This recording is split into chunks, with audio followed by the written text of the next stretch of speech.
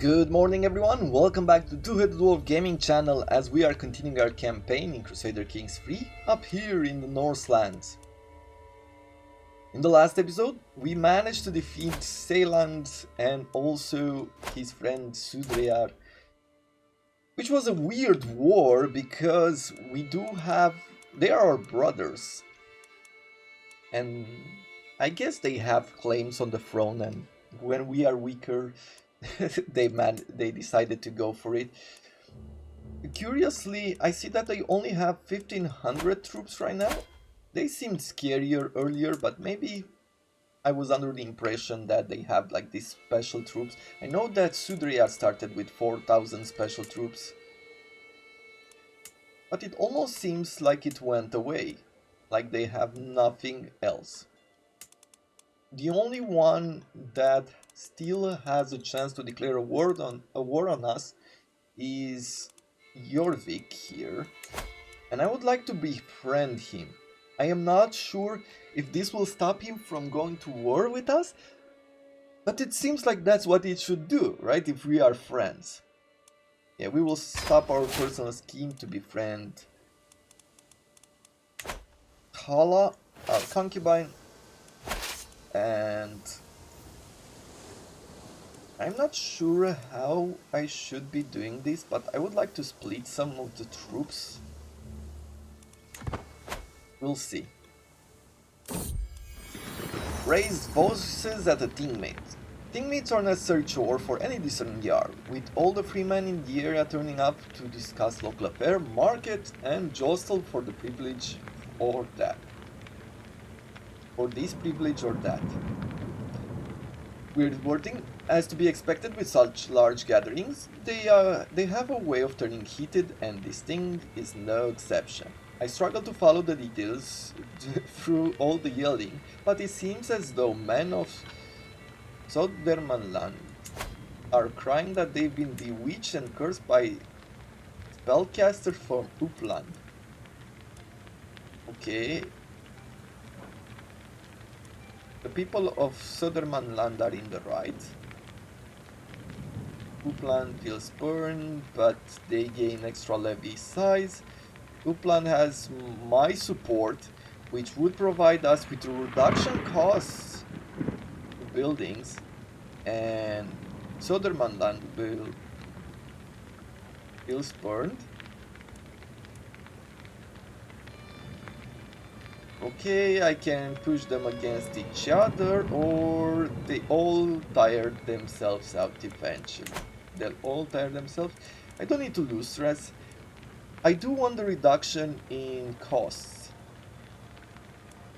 Uppland has my support. -5 popular opinion is not that bad, but the reduction in cost for buildings, it's great. Greetings, my charming liege. I have been hosting your chancellor, and you are happy with the person. Great. This war is drawing to a close. Mercenaries contract is expiring. That is good. We should go for limited tribal authority soon. I believe we do need to pass absolute tribal authority in order to adopt feudal, right? Yes, we do. We also have to become an organized faith. Unreformed pagan faiths can become organized by reforming, while other faiths are always considered organized. I see, so we are considered a pagan faith, and we would need to go here and do a reform.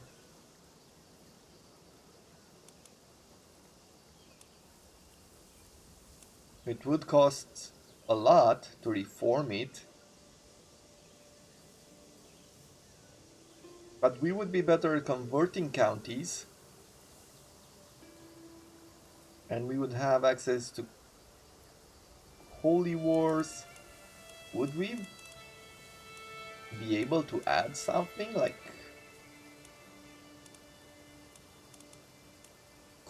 could we choose some of these and change them? Like, if I guess we could. I guess we could also change a few things, but we could also leave it and just reform the faith, which would not change a whole lot, but it would be considered reform. Okay, development of Upland is 10 or greater. I am guessing that is not even close, right? It's at 2. Well, with that in mind, you are a pretty good steward. 7% extra taxes is not a whole lot at this point. Please increase our development. Great. Then what else? If we were to support the schemes, would we be able to kill one of you? You will not accept a trial by combat. Okay, so we could go to trial by combat as an idea at least, because he attacked us. No, that would be a 17% chance to do it, so we'll just keep her on disrupting schemes. Domestic affairs, organized army, yeah, that is pretty good overall. He got lost and has a severe health penalties because he got lost on a pilgrimage, but he's 37. He's fine. He's young. Here we have some raiders, but it seems like they're retreating. Let's bring this closer to the capital. My grandson Bjorn has been quarreling with his grandmother, High Chieftainess Ilyana, for days. Just now I can overhear them arguing in the next door. Unbelievable, Bjorn shouts. How can a witch like you believe you are the ideal manifestation of Af Sigurd family virtues? Okay. I am clearly far more deserving of that distinction than you are. Let them sort their quarrels in peace. No fighting in the family. As I walk into the room, Bjorn turns to face. I am glad you are here, Bjorn. Won't you please take some sense into your wife, High Chieftainess Ilyana? She is being completely unreasonable. Yeah, shame on you. You are in the wrong here. You are both acting like petulant children. 70% chance that they will listen. I am clearly the best to Sigurd around. We gain prestige, some diplomacy, but they both feel insulted. Let's try this. I hope they understand. Another perk. And I believe I am going to go this way because this would reduce our title creation cost by 20%. And it would require for us to create this title 250. And I feel like that is a big plus there, even if he's delaying other things. Then thoughtful it is to begin with. Our concubine is pregnant, which is great. We might be able to have a son.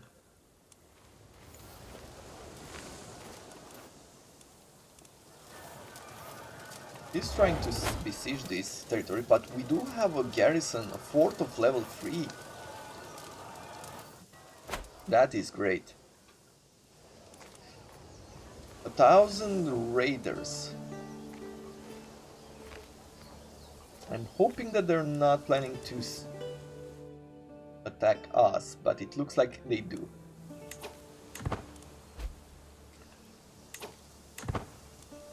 No. They left us alone. Great. Mercenary company dismissed. Okay, that is fine.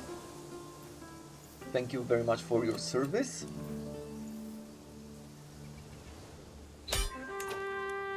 And with that, the war is over. We get 50 free gold and a bunch of prestige.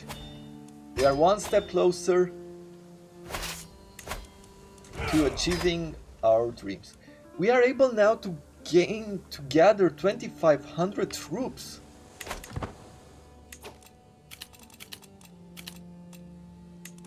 This is great. And we can challenge Jarl Bagseg to a trial by combat. Okay. Who is this? Oh. So the king of Eland, we could do a trial by combat. We challenge him to a trial by combat. We fight for death, gold, weak hook or humiliation. 70 for gold, I guess. And he will pay us 75 gold and we gain 60 stress if he wins. Let's get this started. I have never done a trial by combat before. Hopefully we will win. At this point, if I'm taking a look at him, like we are 51, our prowess is 26. His prowess is 17. But maybe that's not enough. I was taking a look at the alliances. Once again, there's nothing impressive here. Very few troops here in Britannia. I believe if we are going to be in an alliance with them, it's only going to bring us in different conflicts in order to protect them, but without winning anything in the long run. I arrive in the designated spot near Aarhus in good time and find Jarl Bagsek is already waiting for me, along with a small entourage of witnesses. Whatever else he may be, Bagsek is fit to fight and willing to risk meeting me man to man. The formalities are brief, we all know why we're here, and we're long past the point of talking. Weapons are handed out and our retinues retreat to observe from a safe distance. He has an axe, we have a sword. Oh. We change weapons. I have a hammer and he has an axe. For a few brief moments, Jarl Bagsek and I pace in lazy half circles, each watching for an opening. I raise my hammer ready to defend myself, while he clutches his axe for me to hand. This fight may only be till first blood, but that doesn't ease my nerves. With a sudden twitch, our bout begins. Bagsek wastes no time, meeting me with intense series of powerful cleaves that force me to step back. Okay, let me see how you do without your axe. We attempt to disarm him, but we have a low likelihood of success, medium risk of injury, and we'll gain some stress because we are impatient, and he gains a very high chance of success with high risk of injury. Attack first, we would get very high likelihood of success, and high risk of injury, but we'll lose 7 stress because we are impatient. Fool, take this! Painting left with your hammer, you stab with an offhand dagger. We gain knife to hand for 5 years. Intrigue +4. We gain some stress because we are honest, and increase the likelihood of success, or the high likelihood of success with medium. Yeah, let's go on guard. Putting all my strength into my first strike, I leap straight for Bagsek, raising my hammer high into a crushing talk that sends him reeling. Bagsek retaliates with a smooth flowing series of quick slashes and powerful cleaves, each strike forcing me back a little more. My form is good, with only small error, and Bagsek's stance is formidable. My opponent's guard is fierce, and I feel far from victory. I show you how I raise a hammer. Okay, let's see how you do without an axe. Why not go into berserk mode? Very high likelihood of success with medium risk of injury. We lose some stress. Rip and tear. Spittle flying, hammer flailing maniacally, I lunge myself at my foe. A red mist reaps through my mind and everything is rage, blood and blissful catharsis. Bagsek counters with a fierce hail of quick slashes, almost cutting me down repeatedly. My form is excellent with little chance for mistake, and Bagsek's stance is incredible. My opponent is still holding off my blows well, but he seems close to faltering. Better man than you have died trying to break my guard. Disarming again, and the Viking trait. Butchery, you make a show of your cruel skills as a red and gain 10 red. Me thinks I need to make an example of you. I can't count how many people I've crushed with my hammer. Maybe Bagsek will be the next, maybe not. But my rain of savage blows must have him worried about it. Bagsek adopts a defensive stance, doing his absolute best to ward me off. The man's eyes following my every move. My form is excellent with little chance for mistake and back's stance is incredible. This is a really good duel. I have my opponent on the back foot, but I still need to consolidate my victory.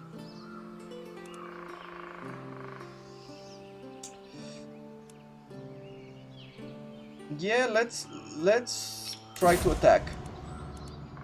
Confidence is half of any fight, and I throw out fluidly rapid times with all the confidence of a seasoned expert. Baxek does his best to ward me off, but he's entirely on the defensive and his guard is only getting weaker and sloppier with each blow. When the opportunity presents itself, I knock his axe flying with one crushing tuck, and like that, the bout is decided. I get my yield before I've entered my back swing. I am victorious, he gains wounded.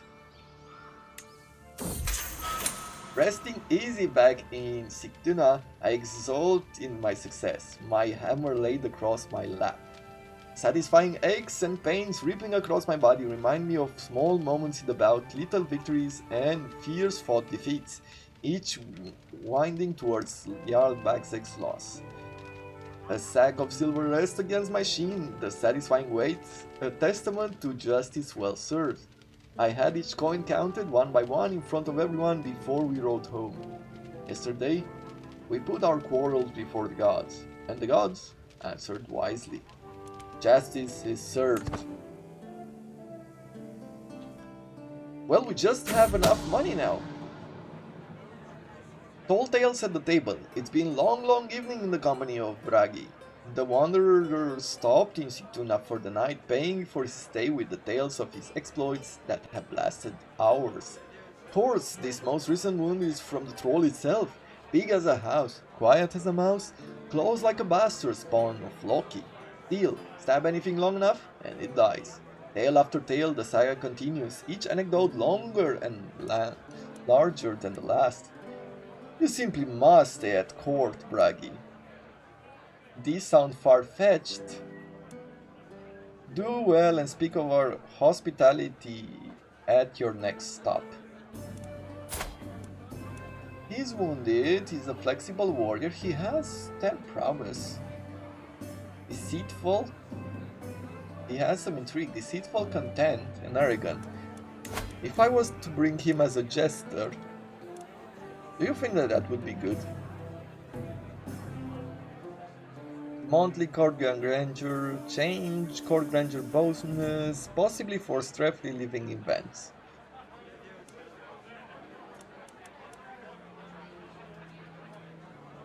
Let's keep him at court. We will make him a knight. Why not?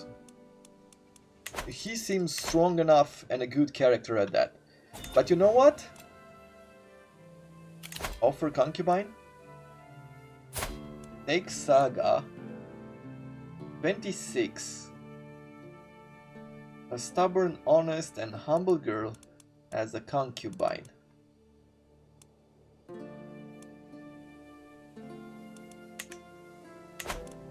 I will decline that, thank you very much.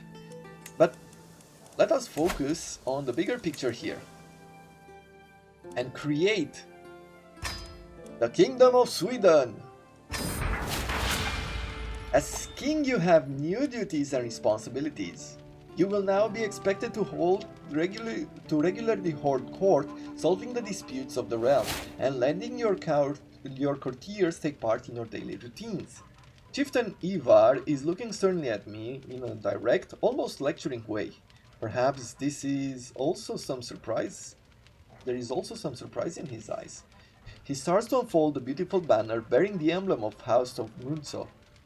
On one of the ways in which the world will now judge your rule is by how you adorn and care for your royal court.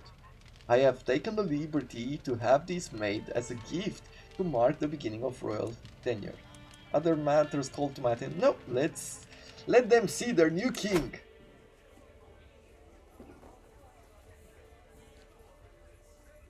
So this is the courtroom.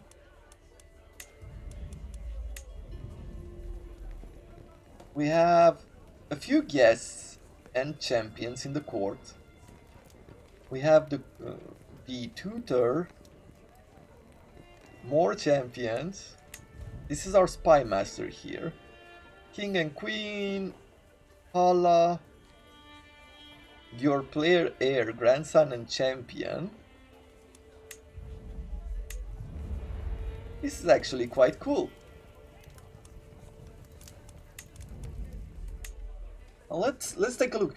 I know this episode will be a bit less actiony, but I am super interested in discovering everything there is to know, because I know nothing about this.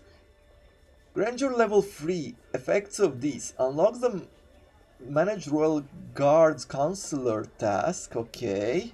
Army loot plus capacity plus 20%, raid speed, and effectiveness from previous level. Knight effectiveness, and unlocks the Bestow Royal Favor Counselor task. Okay. So this is the front room. Fort Grandeur. Ooh, this looks super. Rank 21st in the world. Hey, not bad. Court type, tribal courts. Court type for bellicose ethos. So this is part. I can see bellicose there. Available mercenary companies plus 50%, and everything that's related to Norse. Prowess plus 2, man-at-arms recruitment cost minus 10, man-at-arms maintenance minus 10%.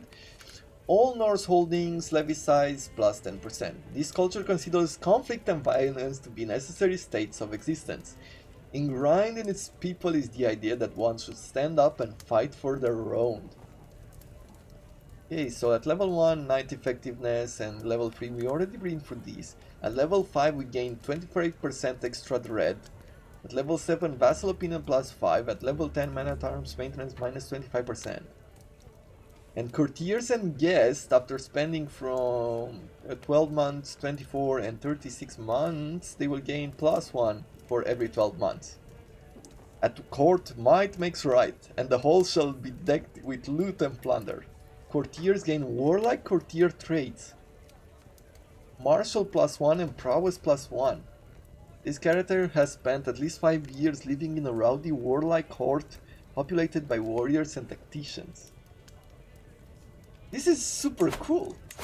Court language, we get 0.93 points to court grandeur per what is this? Oh, it's just a bonus that constantly applies for speaking Norse. Okay. I guess it's related to the lands and what language they speak. Let's get back into the throne room.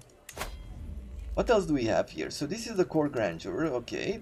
That is pretty much understood. We are now at 25. We lose 0.22 per month. And we need for level 4 to reach at 30. Level 5 is the next bonus and we need 40. Okay. Last century fashion.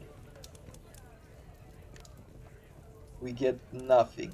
But if we pay 0.4 per month, which is, it's a pretty good amount of money, we gain some extra prestige, core grandeur bonus plus 4, and the courtiers and guests receive another 0.2 per month in prestige. The increase is with an extra 0.4, 0.4, 0.4, so at this point we'll be paying 1.6 per month to have haute couture fashion. Okay, interesting. Minute lodging. There are occasional diplomatic incidents when guests are asked to lodge together. But we could go for small lodgings, guests can stay longer, guest acceptance to join schemes in your court as an agent plus 5. Extra court bonus, court grandeur bonus, complete inspiration quality has a small chance of improvement, and stress gain minus 5%. Bland food, and we could get some extra bonus to court grandeur and stress loss. And very few servants. We get a few servants. Guest recruitment cost minus 20%. Ooh, that is actually pretty good, especially later on when you have elite Yes. Strong warriors. Personal scheme power, hostile scheme resistance, and courtiers and guests will receive also some resistance to schemes. This is actually really interesting. Okay, what else is there? Court artifacts. So we have this large banner which will offer us 0.05 prestige per month, 0.04 renown per month, +1 to powerful vassal opinion, and court grandeur bonus +1. It's not an amazing one, but look at that. That looks great. So at this point we have durability, which is 60. Okay, at this point I believe we should also get ourselves someone to take care of this, because they will break.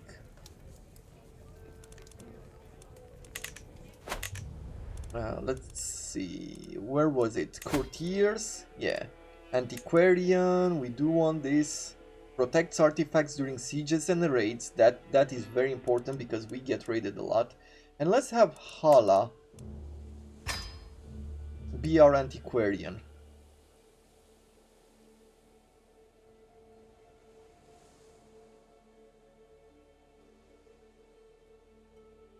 Okay, that is good.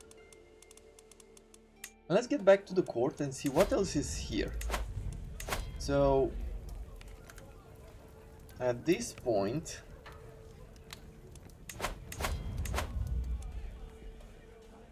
exercise your authority by holding court. In order to be a successful ruler, I must actually rule on the various dilemmas and situations which arise within my sphere of influence.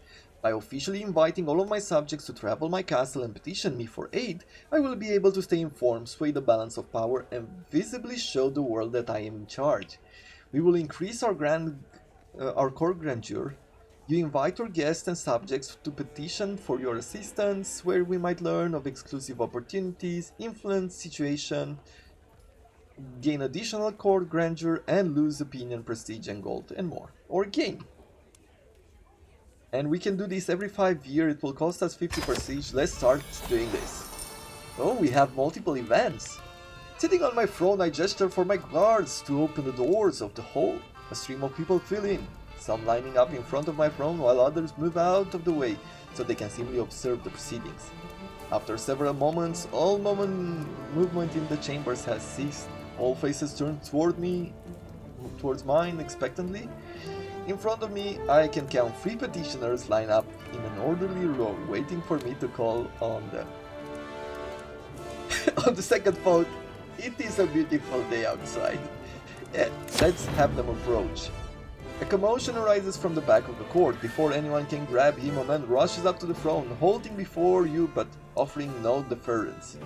One look in his eyes tells me all I need to know. This man is not mentally sound. Monster, you send us to die. Why do you go unpunished? From this man's ranting, I have discerned that he had somehow been involved in one of my wars, which is probably why he is so distressed. What is to be done with this lost creature? Ask court physician Queen Iliana of Sweden to take care of them. 250 piety. Give him the death he wants. You immediately enter single combat with him. This is risky and will lead to your death if you lose.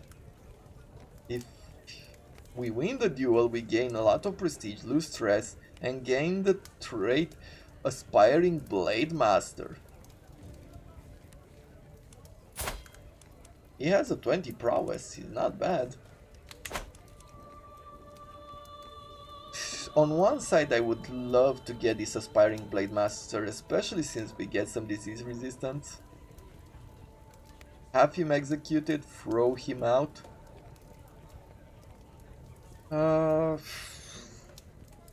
Do we want to do this? Do we want to fight this duel? I don't know. I'd rather take care of him, I feel. Aspiring Blade Master.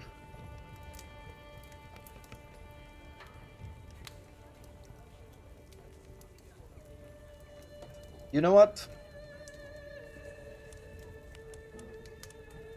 Let's give him the depth he wants. For a few brief moments, Ufkiel and I pace in lazy circles, we already know this. With surprising speed, he unleashes a crushing talk of his mace, nearly knocking my sword loose. Better men have died trying to break my guard. We have a low likelihood of success and no risk of injury. We gain some stress because we are impatient, but he might gain dual handicap rank 6. There is a medium chance. I'll show you how I have a sword and I have medium chance of success with low risk of injury, but he will gain the handicap. Or I could do this with strike, parry and riposte, with high likelihood of success, medium risk of injury, lose some stress because we are impatient. You know what? Let's do that. I leap into action, my form is good with only small errors, and his stance is passable. He's attacking us again.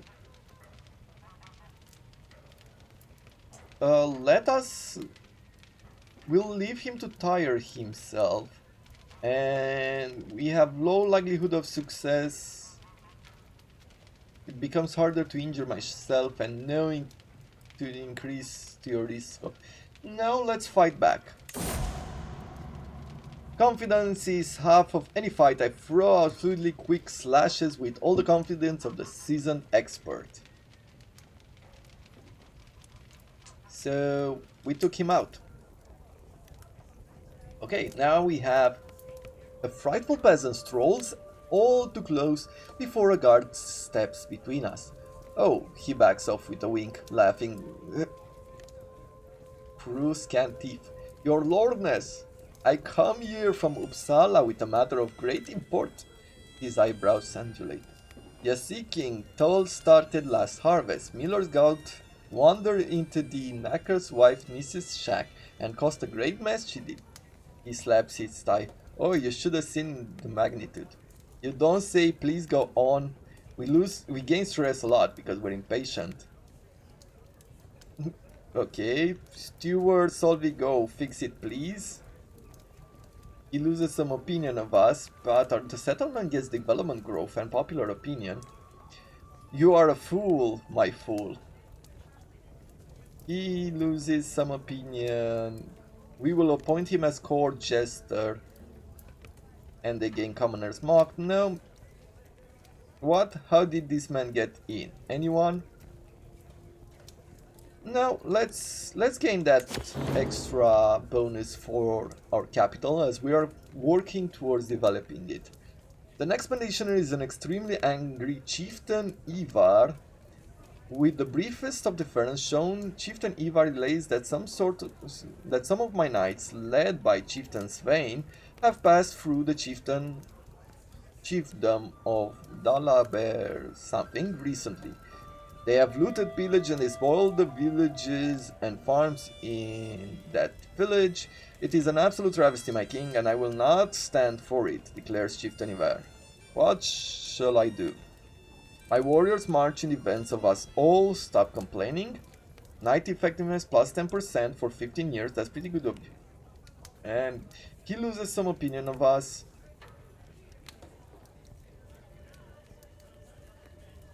But this chieftain gains minus 30 control because it has been pillaged and burned.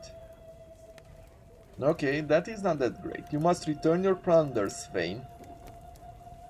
So this still happens. And we lose some stress, punish troublemakers. I offer compensation for your losses. Yeah, no, my warriors march in defense. We'll leave it at that. As the last petitioner departs, various courtiers follow them out of the room, having business to attend elsewhere. Others remain, talking among themselves about the recent proceedings. Soon the ceremonial formalities of the proceedings have dropped away entirely, with the hum and bustle of normal courtly life taking its place. My business here is done. Well, that is quite cool. You know what? I'm really enjoying it. I feel like it adds really good value to the game of Crusader Kings 3, where it's about characters, it's about making decisions, and it really changes. It makes a difference between doing the the beginning of the game, right, where you are just have a county or a duchy, and then you move on to having a kingdom and you have to manage this. And if you can hold court every 5 years, it's not something that will take a whole lot of your time, but it still happens on a regular basis. I also feel like it's unique. It's something that it has not happened in Crusader Kings 2. And to be honest, I thought that this would be more like visual. It would be just graphics, and I'm super happy that it's not. I believe they've done something good here. We'll see how it plays along in the future, but for now, I I am happy. I have to say that I am happy. I know this is going to be fun going forward. I hope you have enjoyed it too. And if you do like the series and what's going on, do leave a like. Consider subscribing to if you haven't already. And if you have been here for a long time, even while I was away, and you still stuck around, I thank you very much for being part of the channel and for believing and waiting for me to come back. Uh, with that being said, I look forward to seeing you on Monday, today being Friday. So I wish you to have a lovely weekend and a wonderful day.